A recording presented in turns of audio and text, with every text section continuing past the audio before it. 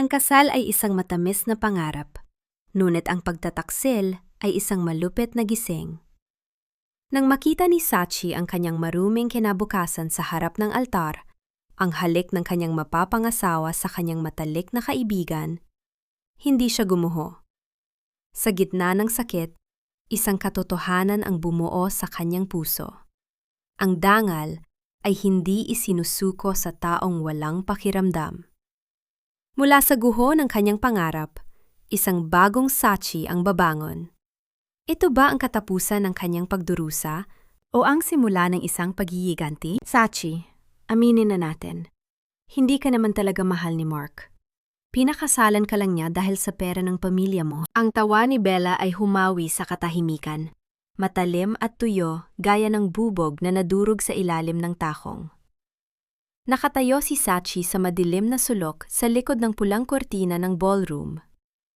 Ang kanyang mga kamay na may hawak na pilak na bandehado ng mga baso ng champagne ay nanginginig ng husto.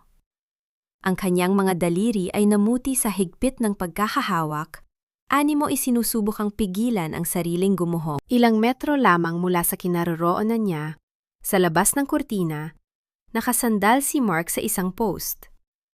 Hawak nito ang baso ng alak, ang muka ay wala na, ang maamong ngiti na dati niyang ipinapakita. Dali-dali lang, Bella. Pagkatapos ng kasal at maipasa sa akin ang mga accounts, iiwan ko rin ang babaeng yan. She's just a boring, predictable bank account with a heartbeat. Parang may humampas sa dibdib ni Sachi. Ngunit hindi siya bumagsak. Tiningnan niya ang kanyang sariling mga kamay. Ang mga kamay na kaninang umaga lamang ay matiyagang nagkabit ng bawat perlas sa kanyang wedding gown. Ang mga kamay na nagpunas ng pawis ni Mark noong mga araw na nagsisimula pa lamang silang mangarap. Ngayon, ang mga kamay na yon ay tila walang pakiramdam. Isang lamig ang gumapang mula sa kanyang mga dulo ng daliri hanggang sa kanyang lalamunan, na naging dahilan upang ang kanyang paghinga ay maging kapos at mahirap. Ang bawat patak ng champagne sa loob ng baso ay tila sumasabay sa malikot at nagwawala niyang tibok ng puso. Tiningnan ni Sachi ang kanyang refleksyon sa malaking salamin sa gilid ng silid. Ang babaeng nakatingin sa kanya ay isang nobya na may mga matang walang buhay. Ang marangyang wedding gown na kanyang suot ay biglang bumigat. Tila mga tanikala na gawa sa puting tela na humihigpit sa kanyang pagkatao. Ang bawat dekorasyon sa paligid ay tila nagbago ng anyo, naging estranghero sa kanyang paningin. Hindi siya humiyaw. Hindi siya lumabas upang magwala. Nanatili lamang siyang nakatayo roon, pinapanood ang isang bahagi ng kanyang kaluluwa na unti-unting namamatay, upang magbigay daan sa isang bagay na mas malamig, mas matigas, at mas matapang na unti-unting nabubuo sa kanyang kalooban. Itinanong niya sa sarili, ilang taon ba ng kanyang kabataan ang sinakripisyo niya para sa tinatawag nilang pag-ibig, kung ang lahat pala ay isa lamang masakit na palabas? Kung ang lahat ay kasinungalingan, ang kanyang ama ba nakakarating lang at naghatid sa kanya sa altar? Ay alam din ba na ibinenta siya nito sa isang taong walang puso? Ang katahimikan sa loob ng silid ay tila isang malalim na bangin, at sa sandaling iyon, alam ni Sachi na wala nang balikan pa. Sachi? Anak? Bakit nandito ka pa sa loob? Naghihintay na ang mga bisita sa labas. Ang tinig ng kanyang ama, si Don Eduardo, ay umalingaw-ngaw sa loob ng silid. Bahagyang nabuksan ang pinto at ang liwanag mula sa labas ay tumama sa mukha ni Sachi.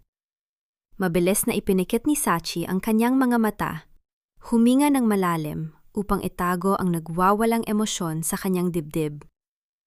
Nang imulat niya ang kanyang mga mata, ang kanyang mukha ay parang isang blankong papel. Walang bahid ng sakit, walang bakas ng luhang nagbabagyang pumatak. Ayos lang ako, Papa.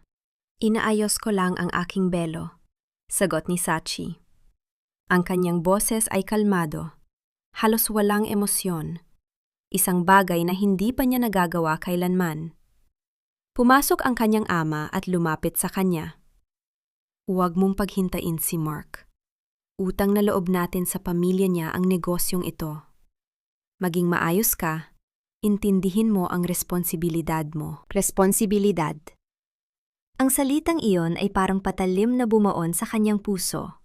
Ang lahat pala ng kanyang pagsasakripisyo, ang pag-aaral ng accounting hanggang madaling araw para tulungan si Mark, ang pagtitiis sa mga utos ng kanyang ama, lahat ay para sa responsibilidad na siya palang magiging bilanggo ng taong hindi naman siya minahal. Opo, Papa. Alam ko ang dapat kong gawin. Muling tugon ni Sachi, habang nakatingin sa refleksyon ng kanyang ama sa salamin. Nakita niya ang isang matandang lalaki na ang tanging hangad ay ang kapangyarihan at ang pangalan ng pamilya. Kahit pa ang kapalit nito ay ang kaligayahan ng sariling anak. Lumabas si Sachi sa silid. Ang bawat hakbang niya sa mahabang pasilyo ay tila paglalakad sa ibabaw ng mga basag na kristal. Sa dulo ng pasilyo, nakita niya si Mark. Nakangiti ito. Ang ngiting dati ay nagpapatibok ng kanyang puso. Ngunit ngayon ay nagdudulot na lamang ng matinding pagkadiri. Sa tabi ni Mark ay si Bella, na nakasuot ng napakagandang bestida. Ang kanyang mga mata ay nagtatago ng isang mapanirang lihim. Sachi, you look stunning, sabi ni Mark, sabay abot ng kamay nito. Tiningnan ni Sachi ang kamay na iyon. Ang kamay na nagtaksil sa kanya. Dahan-dahan niyang inabot ang kamay ni Mark at sa sandaling maglapat ang kanilang balat, naramdaman ni Sachi ang isang kakaibang lakas. Hindi siya nasaktan. Sa halip, naramdaman niya ang isang pangangailangang maging handa. Ang pag-ibig ay tapos na, ngunit ang digmaan ay magsisimula pa lamang. Salamat, Mark, sagot ni Sachi. Ang kanyang ngiti ay hindi umabot sa kanyang mga mata. Sigurado akong magiging isang gabing hindi natin makakalimutan ang gabing ito. Pagpasok nila sa bulwagan, ang palakpakan ay umaalingaw-ngaw. Sa bawat palakpak ng mga tao, sa bawat ngiti ng kanilang mga bisita, nakita ni Sachi ang pagkakataon. Bawat isa sa kanila ay naniniwalang sila ay isang perpektong magkapareha. Hindi nila alam na sa loob ng ilang minuto, ang lahat ng ito ay magiging isang alaala ng isang kasinungalingan. Habang naglalakad patungo sa altar, isang hindi inaasahang pangyayari ang bumulaga sa kanya. Isang lalaking nakasuot ng itim na suit ang naglakad papalapit sa kanya. May dalang isang maliit na folder. Hindi ito bisita. At nang magtama ang kanilang mga mata, alam ni Sachi na ang taong ito ay may dalang balita na magpapabagsak sa lahat ng plano ni Mark. Ang lalaking nakaitim ay hindi nantagal. Inilagay niya ang folder sa kamay ni Sachi sa ilalim ng talulot ng mga bulaklak na palamuti sa altar, isang mabilis na kilos na tila isang lihim na pagpapasa ng armas. Hindi man lang lumingon ang lalaki. Naglaho ito sa gitna ng maraming tao na parang usok. Sino yon, Sachi? Bulong ni Mark. Ang kanyang boses ay may bahid ng iritasyon. Mabilis na itinago ni Sachi ang folder sa ilalim ng kanyang belo, sa isang bulsang tahi sa loob ng kanyang gown na hindi nakikita ng sinuman. Isang empleyado lang ng hotel. May tinanong tungkol sa menu. Sagot ni Sachi nang hindi man lang kumukurap. Ang boses niya ay malambing, mapanlinlang na kalmado. Habang nagsisimula ang seremonya, ang bawat salita ng pare ay tila isang sumpa sa pandinig ni Sachi. Saan man kayo dalhin ng tadhana, kayo ay magiging isa. Sa bawat kataga, ang isip ni Sachi ay naglalaro sa mga dokumentong hawak niya. Ang folder na iyon ay naglalaman ng mga bank records at mga pirma ni Mark sa mga kontratang patagong ibinigay sa ibang kumpanya. Mga ebidensya ng malawakang panluloko na magpapabaon sa kanya sa kulungan. Napalingon si Sachi kay Bella. Ang kanyang matalik na kaibigan ay nakatingin sa kanya ng may mapanirang ngiti. Isang ngiting nagsasabing, "Nasa akin na ang lahat at wala ka nang magagawa." Hindi alam ni Bella na ang pinakamalaking pagkakamali niya ay ang pag-aakalang mahina si Sachi. "Sachi, are you ready to say I do?" Tanong ng pare. Tumahimik ang buong bulwagan. Si Mark ay nakatingin sa kanya ng may pag-aapura. Ang kanyang mga mata ay nagniningning sa kasakiman. Ang kanyang ama, sa unang upuan, ay nakangiti ng may pagmamalaki. Inakala na ang lahat ng pagpapagal niya para sa kasalang ito ay magbubunga ng yaman. Huminga ng malalim si Sachi. Ramdam niya ang bigat ng bawat mata na nakatitig sa kanya. Tiningnan niya si Mark, hindi bilang isang kasintahan, kundi bilang isang kalaban na kailangan ng tapusin. Handa na ako, sagot ni Sachi, ngunit ang kanyang tono ay kakaiba. Hindi ito boses ng isang babaeng susuko. Sige, sabihin mo na, pangungulit ni Mark sa mahinang boses. Ngumiti si Sachi, isang ngiting matamis pero nakakatakot. Handa na akong ipakita sa lahat kung ano talaga ang nangyayari sa likod ng mga ngiti ninyo. Bago pa man makapagsalita ang pare, humarap si Sachi sa mikroponyo. Ang bawat bisita ay nagulat. Ang katahimikan sa loob ng ballroom ay naging kasing lamig ng isang libingan. Sandali lang, ani Sachi. Ang kanyang boses ay umalingaw-ngaw sa buong silid. Malinaw at walang pag-aalinlangan. Bago tayo magpatuloy, may isang bagay akong gustong ibahagi sa lahat ng naririto. Tungkol sa katapatan, tungkol sa pera, at tungkol sa mga taong akala natin ay nagmamahal sa atin. Nakita ni Sachi ang pagbabago ng mukha ni Mark. Mula sa pagiging mapaglaro, ang kanyang mukha ay biglang namutla. Si Bella naman ay nanigas sa kanyang kinatatayuan. Ang kanyang mga mata ay nanlaki sa takot. Itinaas ni Sachi ang folder. Ang bawat sandali ay tila huminto. Ito na ang simula ng kanyang pagbawi. Sachi, anong ginagawa mo? Ibaba mo yan! Bulong ni Mark na pilit kinukuha ang folder habang nakangiti pa rin sa mga bisitang nanonood. Ang kanyang boses ay nanginginig, hindi na sa excitement, kundi sa matinding kaba. Inilayo ni Sachi ang folder. Ang kanyang mga mata ay nanatiling matatag, puno ng lamig. Bakit, Mark? Natatakot ka ba sa laman nito? O natatakot ka lang na malaman ng lahat kung sino ka talaga sa likod ng mamahaling suit na yan? Ang bulwagan ay napuno ng bulungan. Ang mga bisita ay nagkakagulo sa kanilang mga upuan. Ang ama ni Sachi, si Don Eduardo, ay mabilis na tumayo. Ang kanyang muka ay pulang-pula sa galit. Sachi, itigil mo ang kahibangang ito. Nakakahiya ka sa harap ng mga bisita. Tumingin si Sachi sa kanyang ama. Ang kanyang mga mata ay puno ng pait. Papa, ang kahihiyan ay hindi ang pagpapatigil sa isang kasinungalingan. Ang kahihiyan ay ang pagpilit sa iyong anak na magpakasal sa isang magnanakaw. Naglakad si Sachi patungo sa harap ng altar, hawak ang mikropono. Ang bawat hakbang niya ay tila isang pagbaklas sa tanikalang matagal na nakagapos sa kanya. Sa inyong lahat na naririto, salamat sa inyong pagdalo. Ngunit hindi ito isang pagdiriwang ng pag-ibig. Ito ay isang pagtatapos ng isang masakit na panloloko. Inilabas niya ang ilang kopya ng mga dokumento mula sa folder at ibinato ito sa sahig, malapit sa paanan ni Mark. Ang mga papel ay nagkalat, naglalantad ng mga numero, mga pirma, at mga ebidensya ng paglipat ng pondo mula sa kumpanya ni Sachi patungo sa mga pribadong account ni Mark at Bella. Ito ay mga bank transfer na ginawa ni Mark sa loob ng nakaraang 6 na buwan. Patuloy ni Sachi. Ang boses ay matatag kahit na ang kanyang puso ay nagwawala sa sakit. At ang kasabwat niya? Walang iba kundi ang taong itinuring kong kapatid, si Bella. Tumahimik ang buong bulwagan. Si Bella, na kanina'y nakangisi, ay unti-unting napaupo sa sahig. Ang kanyang muka ay puno ng matinding takot. Si Mark naman ay parang estatwa, hindi makapagsalita, hindi makagalaw. Sachi, pakiusap. Pag-usapan natin ito sa labas. Pilit ni Mark. Sabay hawak sa braso ni Sachi.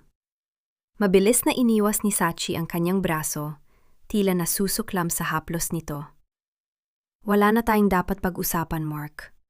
Ang lahat ng kailangan kong malaman ay nasa sahig na ngayon. Ang batas na ang bahala sa inyo. Sa isang iglap, Tumalikod si Sachi.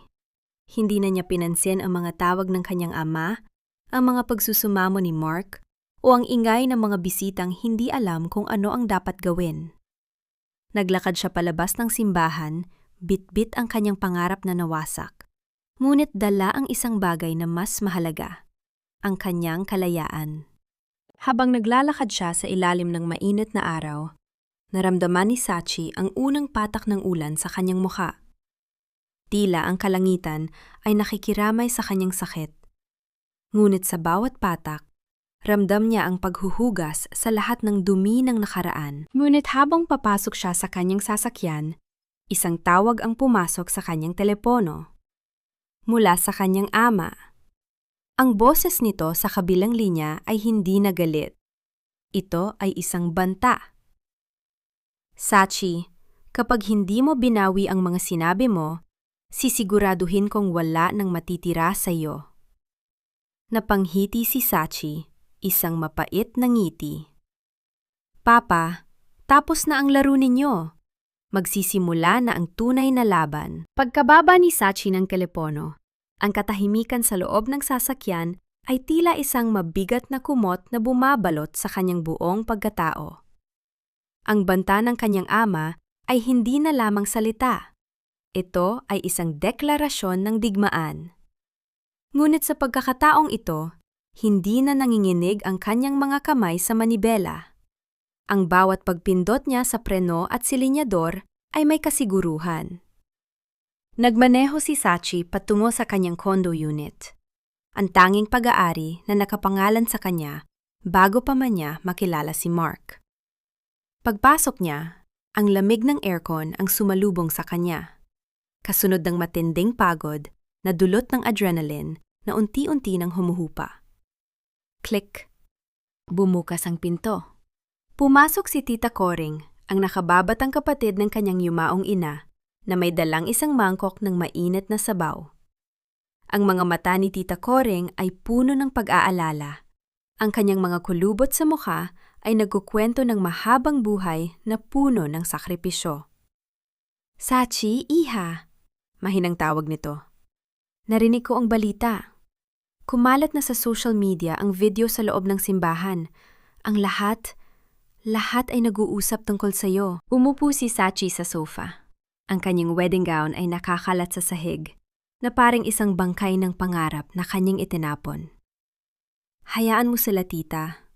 Hayaan nilang makita ang katotohanan. Ngunit ang iyong ama, Sachi, ipinabura niya ang iyong pangalan sa listahan ng mga tagapagmana ng kumpanya.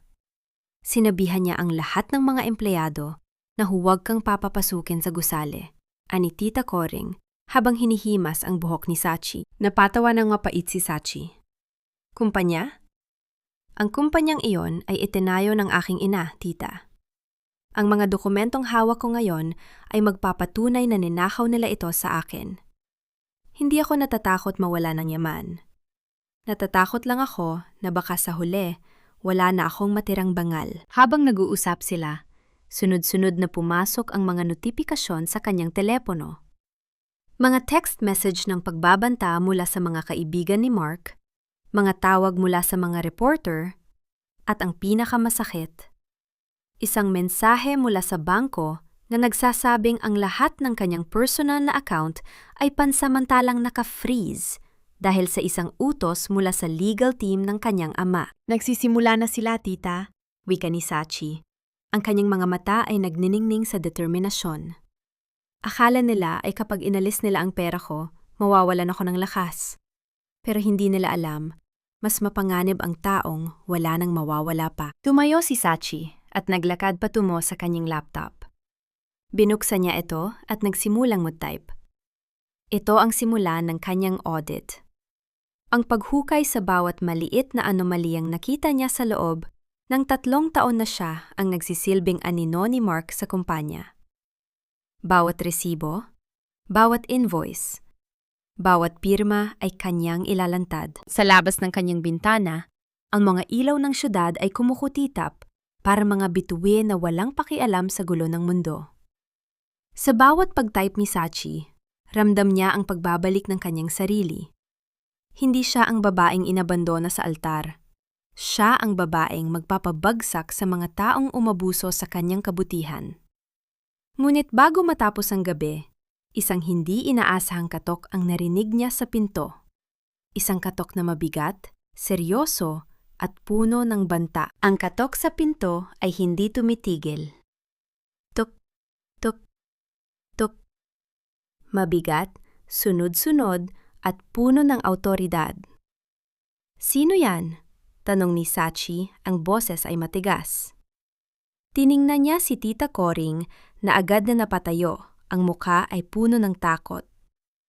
"Huwag mong buksan, Sachi, baka tauhan sila ng iyong ama," bulong ni Tita Coring. Ngunit bago pa man makapagsalita si Sachi, ang pinto ay dahan-dahang bumukas.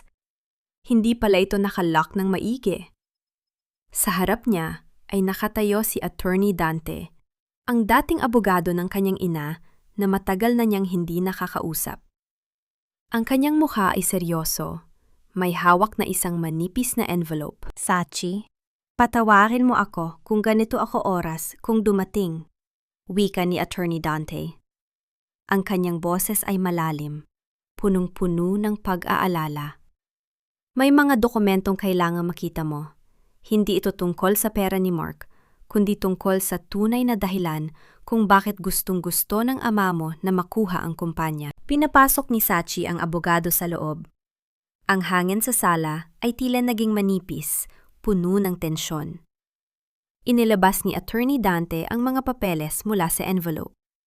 Ito ay mga lumang medical records at isang huling habilin na nilagdaan ng kanyang yumaong ina ilang araw bago ito pumanaw. "Ang iyong ina, Sachi, hindi siya basta nagkasakit lamang," panimula ni Attorney Dante. Habang binabasa ni Sachi ang mga dokumento, unti-unting nanlakay ang kanyang mga mata. Ang lahat ng kanyang inakala tungkol sa pagkamatay ng kanyang ina ay isang malaking kasinungalingan. Ang kanyang ama, si Don Eduardo, ay may kinalaman sa unti-unting paghina ng kalusugan ng kanyang ina dahil sa maling gamot na pinainom nito. Lahat para sa isang insurance policy at ang pagkontrol sa mga ari-arian ng pamilya. Ang impormasyong ito ang dahilan kung bakit tinanggal ka nila sa kumpanya ngayon. Dagdag ng abogado.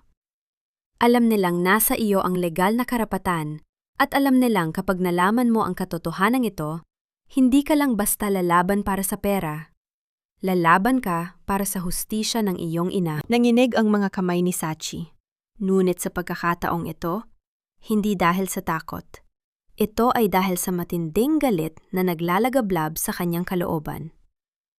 Ang pagtataksil ni Mark ay masakit. Ngunit ang pagtataksil ng kanyang sariling ama sa kanyang ina ay isang krimen na hindi niya kailanman mapapatawad. "Tita Coring," tawag ni Sachi nang hindi man lang inaalis ang tingin sa mga dokumento.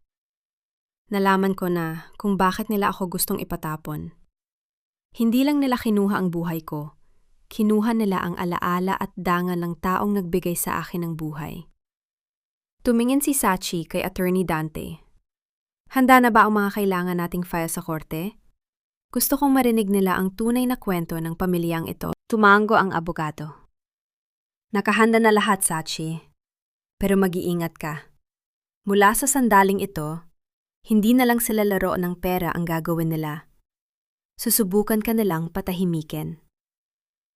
Sa sandaling lumabas ang abogado, naramdaman ni Sachi ang isang bagong uri ng lakas. Hindi na siya isang anak na naghahanap ng pagmamahal. Siya ay isang babaeng naghahanap ng katarungan. Sa labas ng kanyang bintana, tiningnan niya ang mga ilaw ng kumpanya na tanaw mula sa malayo. "Pagsisisihan ninyo ang araw na kinalaban ninyo ako," bulong niya sa sarili, habang ang liwanag ng screen ng kanyang laptop ay nagbibigay ng anino sa kanyang determinadong mukha. Hindi na nag-aksyaya ng panahon si Sachi. Gamit ang mga impormasyong ibinigay ni Attorney Dante, sinimula niyang pasukin ang mga nakatagong folder sa server ng kumpanya. Isang lugar na siya lang ang may access dahil siya ang nag-set up ng security protocol nito 3 taon na ang nakakaraan. "Akala nila ay napigilan nila ako dahil wala na akong access sa opisina," bulong ni Sachi sa kanyang sarili habang mabilis na nag-update ang mga code sa kanyang screen.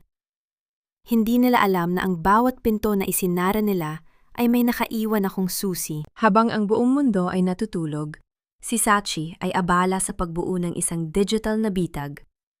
Nakita niya ang bawat transaksyon, ang mga ghost employees, ang mga peking invoices na ginamit ni Mark para ilipat ang pera, at higit sa lahat, ang mga pirma ng kanyang ama sa mga dokumentong nagpapatunay na alam nito ang bawat ilegal na galaw ni Mark. Biglang tumunog ang kanyang telepono, isang numero na hindi nakarehestro. Sachi, boses ito ni Mark. Halatang puyat at tensyonado. Pakiusap, pag-usapan natin. Binubura na nila ang lahat ng record sa office. Kapag hindi ka huminto, wala nang matitirang ebidensya. Mawawalan ka ng laban. Hindi sumagot si Sachi. Dinagdagan pa niya ang bilis ng kanyang pag-type, kinokopya ang bawat file sa isang cloud storage na hindi kayang mahack ng mga tauhan ng kanyang ama. Mark, sagot ni Sachi. Ang boses ay kalmado, halos bumubulong. Salamat sa impormasyon. Ngayon, alam ko na kung anong server ang uunahin kong i-lockdown. Ano? Sachi, wag mong gawin yan. Pinutol ni Sachi ang tawag. Ramdam niya ang adrenaline na dumadaloy sa kanyang mga ugat. Sa loob ng ilang minuto, nag-init ang screen ng kanyang laptop. Isang access denied na mensahe ang lumabas sa system ng kumpanya sa main office. Ang buong digital na operasyon ng kumpanya ni Don Eduardo ay biglang huminto. Sa kabilang dulo, sa main office, tiyak na nagkakagulo na sila. Lumapit si Tita Coring sa kanya, may dalang baso ng gatas. Sachi, matulog ka na. Masyado ng madaling araw. Hindi pa pwede, tita. Ang mga taong ito, sinira nila ang buhay ng nanay ko. Ang ginagawa ko ngayon ay maliit na bahagi pa lang ng utang nila sa akin. Sagot ni Sachi, habang ang kanyang mga mata ay nakapako sa screen. Bukas, hindi na lang sila mawawala ng pera. Bukas, mawawalan sila ng kapangyarihan. Habang sumisikat ang araw, isang bagong balita ang bumulaga sa mga business news portal. Isang system glitch ang naglantad sa mga irregularidad sa pondo ng kumpanya. Hindi ito glitch. Ito ay ang pagbubukas ni Sachi sa pintuan ng katotohanan. Sa umagang iyon, habang naglalakad si Don Eduardo patungo sa kanyang opisina, sinalubong siya ng mga investigator mula sa gobyerno. Hindi na ito laro. Ito na ang katapusan ng kanilang kasakiman. At sa gitna ng kaguluhan, nakaupo si Sachi sa kanyang maliit na kondo. Hawak ang isang litrato ng kanyang ina.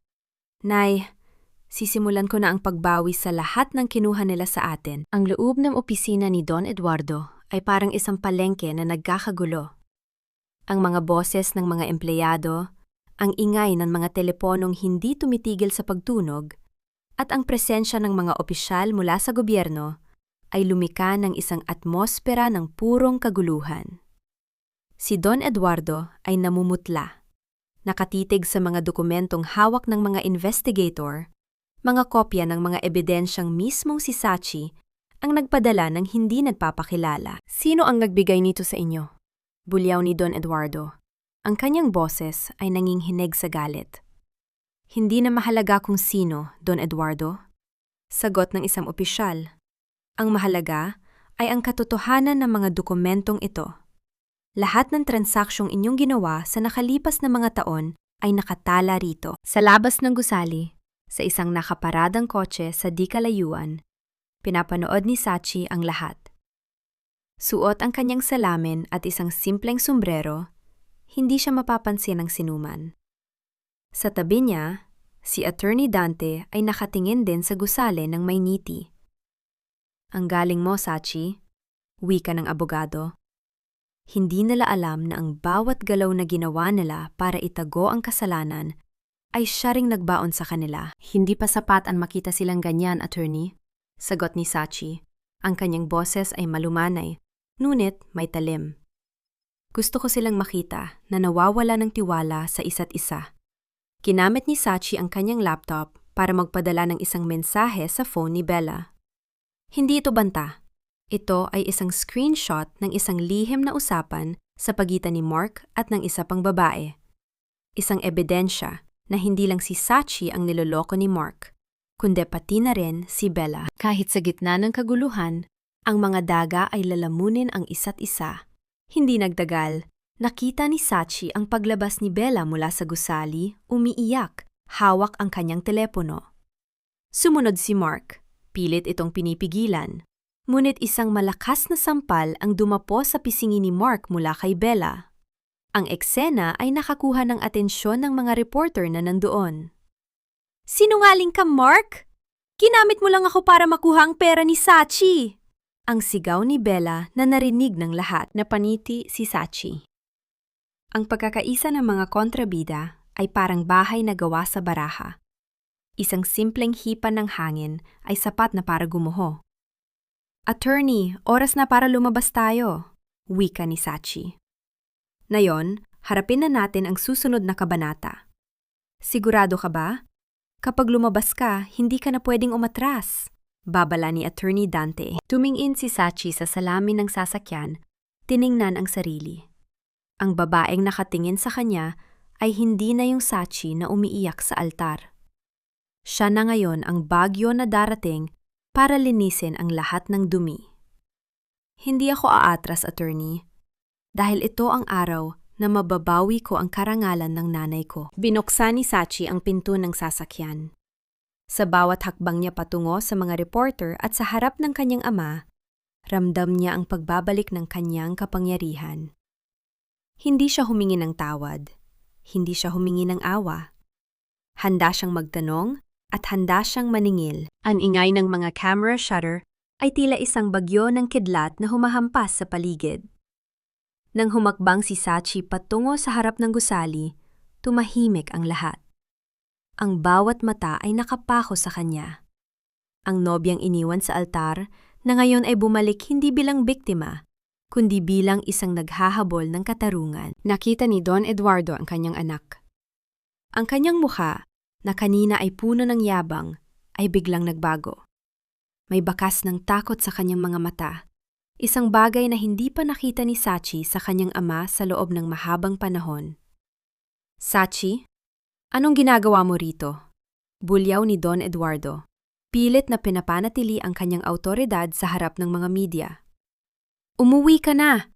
Hindi ito lugar para sa mga batang walang alam sa negosyo." Tumigil si Sachi sa harap mismo ng kanyang ama. Ang distansya sa pagitan nila ay tila isang malalim na bangin. Numiti si Sachi, isang ngiping hindi mapait, kundi mapayapa. "Alam ko na ang lahat, Papa," sagot ni Sachi. Ang kanyang boses ay kalmado, malinaw na rinig ng mga mikropono sa paligid. "Alam ko ang ginawa mo sa nanay ko. Alam ko ang bawat pisong ninakaw ninyo ni Mark sa kumpanyang ito." Namutla si Don Eduardo. "Wala kang ebidensya. Pinagbibintangan mo ang sarili mong ama." "Ebidensya?" Kinuha ni Sachi ang isang USB drive mula sa kanyang clutch bag at ipinakita ito sa mga reporter. "Nasa loob nito ang lahat, mula sa mga peking medical records na ginamit ninyo para pahinain si Mama hanggang sa mga sikretong account na ginagamit ninyo para sa inyong mga illegal na operasyon." Nanginig ang mga kamay ni Don Eduardo. Sinubukan niyang hablutin ang USB, ngunit mabilis siyang hinarangan ng mga bodyguard ni Sachi, mga taong kinuha ni Attorney Dante para sa kanyang seguridad. "Sachi, anak, pag-usapan natin ito sa loob." Pakiusap ni Don Eduardo. Ang kanyang boses ay biglang lumambot, isang manipulasyon na matagal lang ginagamit ni Sachi para makuha ang kanyang gusto. "Utang na loob, wag mo akong ipahiya sa publiko." Tiningnan ni Sachi ang kanyang ama nang diretso sa mga mata.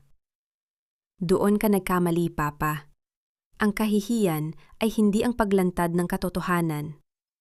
Ang kahihiyan ay ang paggawa ng masama at pag-aakalang hindi ito malalaman ng mundo." "Ikaw ang pinalaki ko!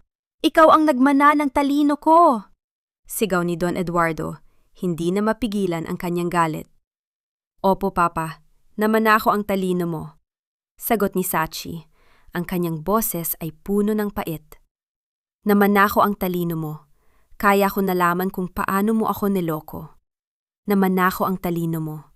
Kaya ko naisip kung paano ka pababagsakin sa sarili mong laro. Tinalikuran ni Sachi ang kanyang ama at humarap sa mga media. Mga ginoo at ginang, ang kumpanyang ito ay hindi na pag-aari ng mga taong nagtaksil sa inyong tiwala. Simula sa araw na ito, magsisimula tayo ng isang bagong pag-audit. Ibabalik natin ang katarungan para sa mga manggagawang naloko at sa lahat ng mga taong naging biktima ng kasakiman ng mga taong ito. Ang palakpakan ng mga tao sa paligid ay hindi napigilan. Si Don Eduardo ay napaupo sa sahig. Ang kanyang mundo ay gumuho sa harap ng madla. Ang kanyang kapangyarihan, ang kanyang pangalan, at ang kanyang yaman, lahat ay naglaho sa isang iglap. Naglakad palayo si Sachi. Ang bawat hakbang ay magaan. Alam niyang hindi pa tapos ang laban, ngunit sa pagkakataong ito, wala na siyang kinatatakutan. Dahil ang katotohanan ang pinakamalakas na armas na hawak niya. Matapos ang kaguluhan sa labas ng gusali, tumahimik ang mundo ni Sachi. Ang mga pulis ay dinala na si Don Eduardo para sa kaukulang investigasyon, habang si Mark at Bella ay tuluyan ang naglaho. Iniiwan ang kanilang mga sarili sa harap ng mga kasong kriminal. Si Sachi ay naglakad patungo sa sementeryo, sa huling hantungan ng kanyang ina. Ang simoy ng hangin ay banayad, tila isang haplos na nagpapatahimik sa kanyang maglalakbayan na puso. Hawak niya ang isang bouquet ng puting liryo, ang paboritong bulaklak ng kanyang ina. "Nay," bulong niya habang nakaluhod sa harap ng puntod. "Nagawa ko na. Nabawi ko na ang dangal natin." Sa kabila ng tagumpay, hindi niya mapigilan ang mga luha. Ang mga luhang hindi niya nailabas nang iwan siya sa altar, nang malaman niya ang kataksilan, nang harapin niya ang sariling ama. Sa sandaling iyon, hindi siya isang matapang na negosyante o isang matalinong stratehista. Siya ay isang anak na nangunggulila, isang babaeng pagod na pagod sa pakikipaglaban. "Sachi." Isang boses ang tumawag sa kanya. Lumingon siya at nakita si Tita Coring na nakatayo sa di kalayuan, may bit-bit na payong para protektahan siya sa init ng araw. "Tapos na ang gulo, iha!" wika ni Tita Coring habang lumalapit. "Pero ang laban mo para sa sarili mo, ngayon palang magsisimula." Tumayo si Sachi at niyakap ng mahigpit ang kanyang tiya. "Pagod na ako, tita. Pagod na ako sa pagiging matapang." "Hindi mo kailangang maging matapang araw-araw," sagot ng matanda. "Ang paghilom ay hindi isang karera. Pwede kang huminto, pwede kang umiyak, at pwede kang maging mahina. Dahil doon mo malalaman na ikaw ay tao pa rin." Habang pauwi sila, dumaan sila sa isang maliit na parke kung saan dati silang madalas pumunta ng kanyang ina. Nakita ni Sachi ang ilang mga bata na naglalaro. Ang kanilang mga tawa ay dalisay at walang halong kasinungalingan. Napagtanto niya na sa loob ng mahabang panahon, nakalimutan niyang tumingin sa mundo nang walang halong galit o paghihigante. Sa gabing iyon, tinanggal ni Sachi ang lahat ng mga dokumento, mga file at mga ebidensya sa kanyang laptop. Nilinis niya ang kanyang digital na mundo. Ang huling file na kanyang tinanggal ay ang video ng kanyang kasal, ang video na nagbabago sa takbo ng kanyang buhay. Hindi siya nakaramdam ng panghihinayang. Sa halip, naramdaman niya ang isang kagaanan. Ang kabanata ng kanyang buhay kasama si Mark at ang kanyang ama ay tuluyan ng naisara. Ngunit habang tinitingnan niya ang kanyang refleksyon sa salamin bago matulog, nakita niya ang mga pilat sa kanyang puso. Alam niyang hindi agad mawawala ang mga iyon. Pero sa unang pagkakataon, hindi na niya ito ikinahiya. Ang bawat pilat ay patunay na siya ay lumaban at siya ay nanalo. Bukas, bulong niya sa sarili. Magsisimula akong mabuhay para sa sarili ko. Ang mga sumunod na linggo ay naging payapa. Isang pagbabagong hindi inakala ni Sachi na kanyang makakamit. Ang mga kaso laban sa kanyang ama at kay Mark ay nasa proseso na ng paglilitis, at ang kumpanya na ngayon ay nasa ilalim na ng isang bagong lupa ng pamamahala, ay unti-unti nang bumabangon mula sa iskandalo. Ngunit hindi na doon nakatuon ang isip ni Sachi. Isang umaga, habang naglalakad siya sa isang matahimik na komunidad sa labas ng syudad, nakita niya ang isang maliit na gusali na may karatula. For lease. Ito ay isang lumang gusali na dati ay ginagamit bilang isang orphanage, na yon ay nakatingga na lamang at napapalibutan ng mga ligaw na damo. Biglang may ideya na pumasok sa kanyang isip. Hindi na niya gustong maging bahagi ng mundo ng korporasyon na puno ng mga taong mapagsamantala. Gusto niyang gumawa ng isang bagay na may puso. Isang foundation para sa mga kababaihan na tulad niya, mga babaeng naloko, naabuso, at nawala ng boses sa loob ng kanilang sariling tahanan. Sachi, sigurado ka ba rito? Tanong ni Tita Coring habang pinagmamasdan nila ang gusali. Malayo ito sa dati mong buhay. Wala na ang karangyaan ng mga party at mga mamahaling damit. Ngumiti si Sachi, isang tunay na ngiti, na ngayon lang muling lumitaw. Tita, sa loob ng mahabang panahon, ang karangyaan ay naging tanikala ko. Dito, wala akong kailangang patunayan sa kahit sino.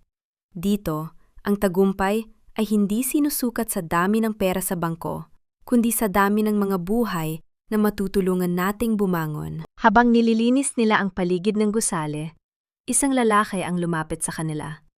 Si Leo, ang arhitekto na tumutulong sa kanila sa renovation. Si Leo ay isang taong tahimik, hindi mapagkunwari, at may matapat na mga mata. Hindi niya kinikilala si Sachi bilang ang sikat na biktima sa telebisyon. Kilala niya si Sachi bilang ang babaeng may malakas na determinasyon na itayo ang foundation. Maganda ang pundasyon ng gusaling ito, wika ni Leo habang nakatingin sa mga haligi. Kahit gaano man kaluma, hindi basta-basta natitibag. Parang ikaw. Napatingin si Sachi kay Leo. Sa unang pagkakataon matapos ang matagal na panahon, naramdaman niya ang isang uri ng koneksyon na hindi nakabatay sa negosyo o sa utang na loob. Ito ay koneksyon ng dalawang tao na parehong naniniwala sa pagbabago. Salamat, Leo, sagot ni Sachi. Kailangan ko lang na maging matibay ang gusaling ito dahil marami ang sasandal sa mga pader na ito para makabangon. Habang papalubog ang araw, nakatayo si Sachi sa gitna ng main hall ng gusali. Ang liwanag ng araw ay tumatama sa sahig, nagbibigay ng pag-asa sa bawat sulok. Alam niyang marami pa siyang pagdadaanan. Ang pagharap sa hukuman para sa paglilitis, ang pag-aayos ng legal na dokumento. Ngunit sa unang pagkakataon, hindi siya natatakot. Ang bawat piraso ng kanyang buhay na nasira ay dahan-dahan niyang pinagdudugtong. Hindi na siya ang babaeng nakatayo sa altar, naghihintay ng pag-ibig na hindi naman totoo. Siya ay si Sachi, isang babaeng malaya, isang babaeng may direksyon, at isang babaeng natuto na ang pinakamahalagang pag-ibig ay ang pag-ibig sa sarili. Sa bintana ng gusali, tiningnan niya ang malawak na langit. Nay, sisimulan ko na ang bagong buhay ko. At sa pagkakataong ito, ako na ang susulat ng sarili kong kwento. Dumating ang araw na matagal lang hinihintay ng lahat. Ang paglilitis sa kaso ni Don Eduardo at ni Mark. Ang courthouse ay dinagsa ng mga media. Ngunit si Sachi ay pumasok ng tahimik, suot ang isang simpleng puting blazer. Hindi na siya ang babaeng naghahanap ng atensyon. Siya ay isang saksi na handang magdala ng hustisya. Habang nakaupo sa loob ng courtroom, nakita niya si Mark. Ang dating mapaglarong lalaki ay tila tumanda ng 10 taon. Ang kanyang mga mata ay pabalik-balik sa pagitan ng mga abogado at ng pintuan, na parang umaasang may himalang darating. Sa kabilang banda, si Don Eduardo ay nakaupo ng tuwid. Ngunit ang kanyang mga kamay sa ilalim ng mesa ay nanginginig. Nang tumayo si Sachi upang magbigay ng pahayag, ang buong silid ay tumahimik. Hindi siya tumingin sa kanyang ama o kay Mark. Tumingin siya sa judge. Ang kanyang tinig ay malinaw at puno ng katotohanan. Hindi ko ito ginagawa dahil sa galit, panimula ni Sachi. Ginagawa ko ito dahil ang katarungan ay hindi isang pribilehiyo para sa mga mayayaman at hindi rin ito isang parusa para sa mga taong nagtaksil. Ito ay isang paalala na ang bawat pagkilos ay may kaakibat na pananagutan. Sa loob ng ilang oras, nailahad ni Sachi ang lahat ng ebidensya, ang mga pekeng dokumento, ang mga bank records, at ang mga testimonya ng mga empleyadong niloko ng kanyang ama. Sa bawat salita ni Sachi, ang mukha ni Don Eduardo ay lalong dumidilim. Wala na siyang depensa. Ang kanyang mga abogado ay wala nang maisagot sa harap ng mga ebidensyang napakatibay. Nang matapos ang paglilitis at lumabas ang hatol na guilty, walang sigawan o pagdiriwang mula kay Sachi. Tumayo lamang siya ng matuwid. Sa paglabas niya ng korte, hinarang siya ni Mark. Sachi, pakiusap. Tulungan mo naman ako. Pakiusap ni Mark.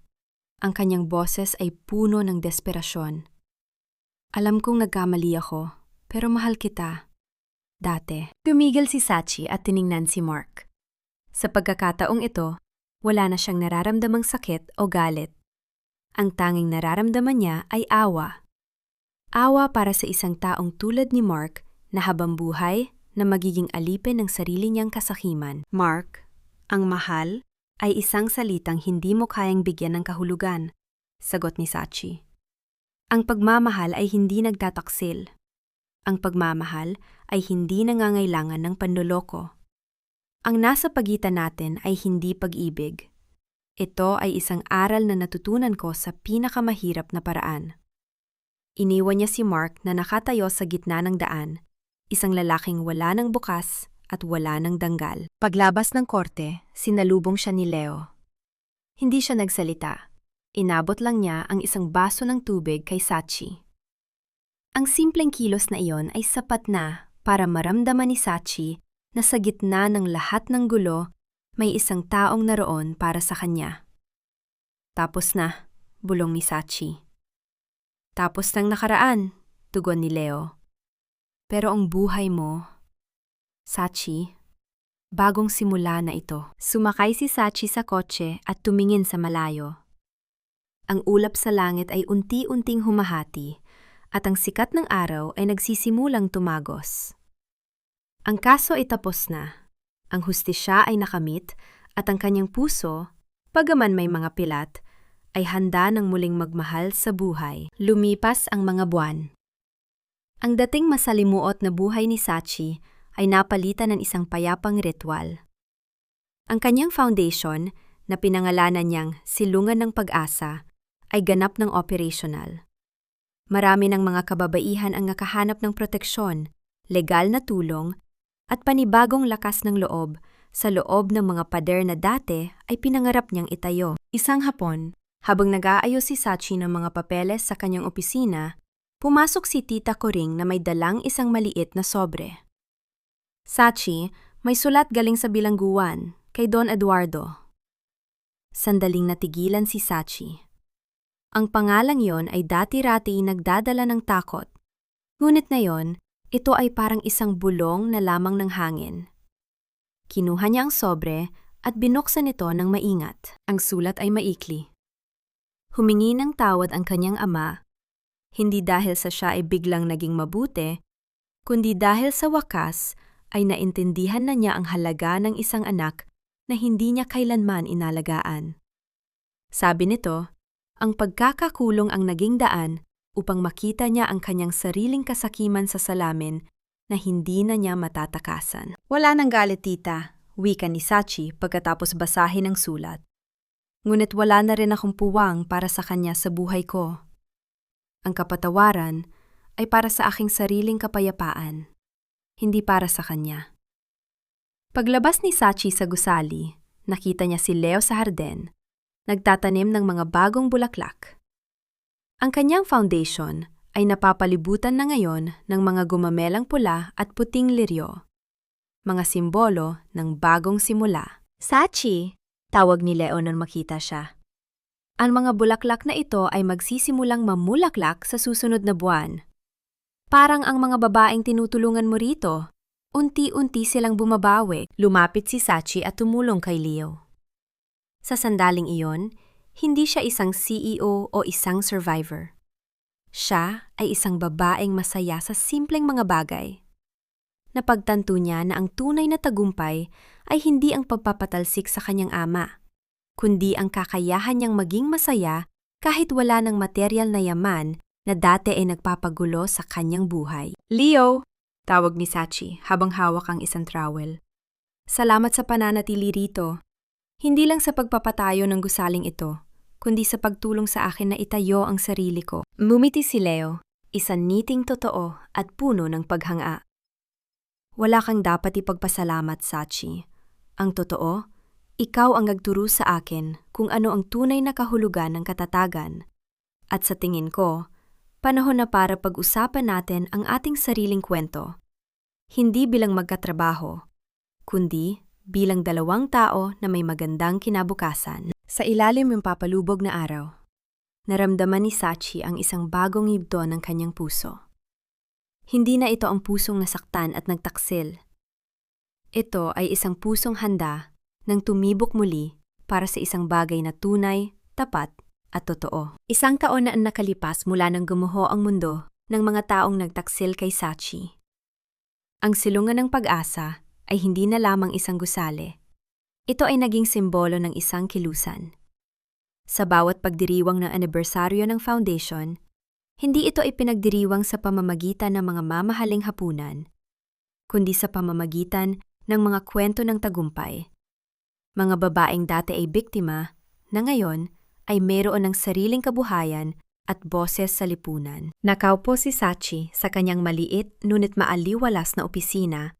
Pinapanood ang mga babaeng masayang nag-aaral ng pagdahi at pagluluto sa lobby. Ang bawat tawa nila ay musika sa kanyang pandinig. Pumasok si Attorney Dante. Bitbit ang huling dokumento para sa paglipat ng karapatan sa lupain ng dating kumpanya. Sachi, pirmahan mo na ito. Sa wakas, ang mga lupain na kinamkam ng iyong ama ay naibalik na sa mga taong tunay na nagmamay-ari nito.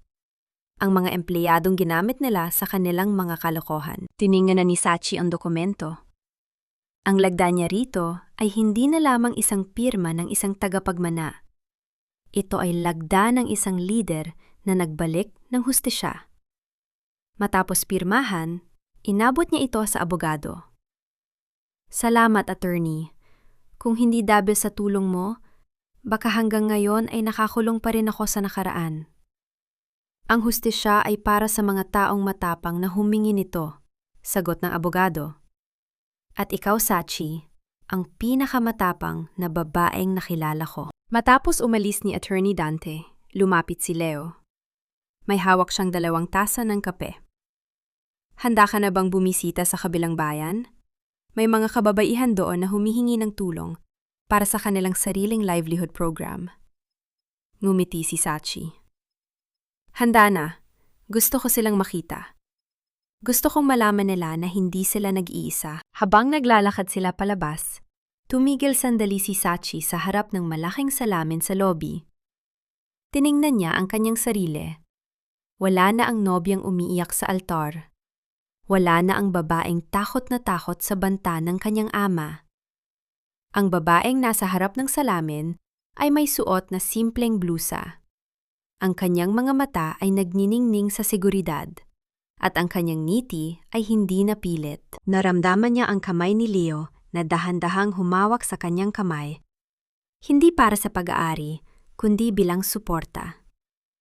Sachi, masaya ka na ba? Tanong ni Leo sa mahinang boses. Tumigil si Sachi, dinama ang bawat pintig ng kanyang puso. Wala na ang mabigat na pasanin ng utang na loob. Wala na ang dilim ng paghihigante.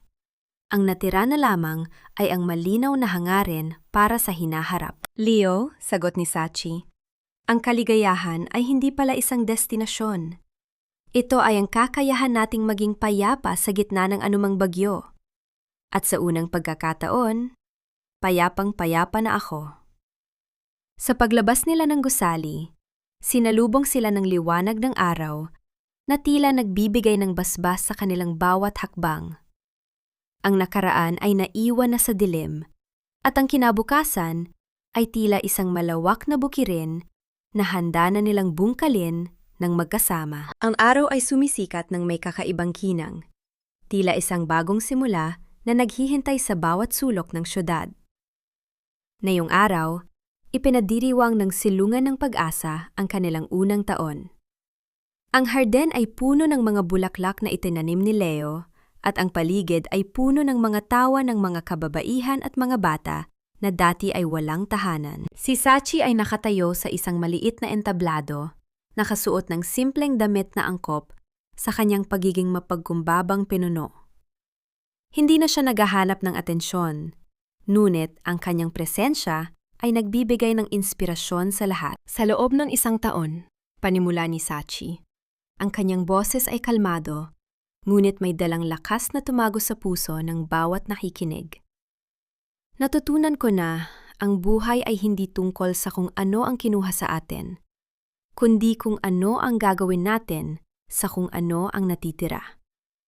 Tumingin siya sa mga babaeng nasa harap niya. Ang bawat isa sa kanila ay may dalang sugat ng nakaraan, tulad niya. Hindi ako naging matapang dahil gusto ko. Naging matapang ako dahil wala na akong ibang pagpipilian, patuloy ni Sachi. At ngayon, natutunan ko na ang tunay na kalayaan ay ang pagpapatawad sa sarili. Ang pagpapatawad sa ating mga sarili dahil naniwala tayo sa maling tao.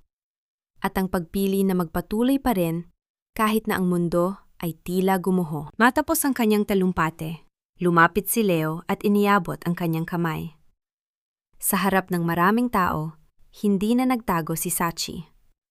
Tinanggap niya ang kamay ni Leo, isang kilos na sumisimbolo sa kanyang pagtanggap sa pag-ibig na tapat at walang kapalit. Habang nagdiriwang ang lahat, lumayo ng kaunti si Sachi at naglakad patungo sa isang tahimik na bahagi ng harden. Doon, may isang maliit na puno na itinanim niya para sa kanyang ina. Sa paanan nito, nag-iwan siya ng isang liham na hindi na niya ipapadala kaninuman. Isang liham ng pagpapaalam sa kanyang lumang pagkatao. Nay, tapos na ang lahat, bulong niya sa hangin. Ang Sachi na nasaktan, ang Sachi na nagigante, at ang Sachi na naghanap ng hustisya, sila ay magiging bahagi na lamang ng nakaraan. Ang babaeng narito ngayon ay handa na para sa hinaharap. Sa huling pagkakataon, lumingon siya sa kanyang pundasyon. Nakita niya ang mga tao, ang mga ngiti, at ang buhay na kanyang binuo mula sa mga guho. Wala na siyang hinahangad pa. Ang bawat piraso ng kanyang puso ay buo na, hindi dahil sa walang mga pilat, kundi dahil tinanggap na niya ang mga pilat na ito bilang bahagi ng kanyang kagandahan. Sumakay si Sachi sa kotse kasama si Leo. Habang papalayo sila, hindi na siya tumingin sa likod. Ang kanyang mga mata ay nakatuon na lamang sa kalsadang tatahakin. Isang kalsadang hindi niya alam kung saan hahantong, ngunit alam niyang puno ng liwanag at pag-asa. Ang kwento ni Sachi ay hindi nagtatapos sa isang happy ending ng isang fairy tale. Nagtatapos ito sa isang bagong simula ng isang babaeng natutong mahalin ang kanyang sarili ng higit sa lahat. At sa mundong ito, iyon ang pinakamagandang tagumpay na maaari niyang makamit. Sa loob ng silid ni Sachi, nakalagay isang maliit na frame sa kanyang mesa. Hindi ito larawan ng kanyang dating kasal o ng kanyang marangyang buhay noon. Ito ay isang litrato ng mga babaeng tinutulungan ng kanyang foundation. Lahat sila ay nakangiti. Mga ngiting tunay, walang halong pag-aalinlangan. Habang hinihigop ni Sachi ang kanyang tsaa sa isang maulan na hapon, dahan-dahan niyang sinagot ang 3 tanong na matagal na niyang bitbit sa kanyang puso.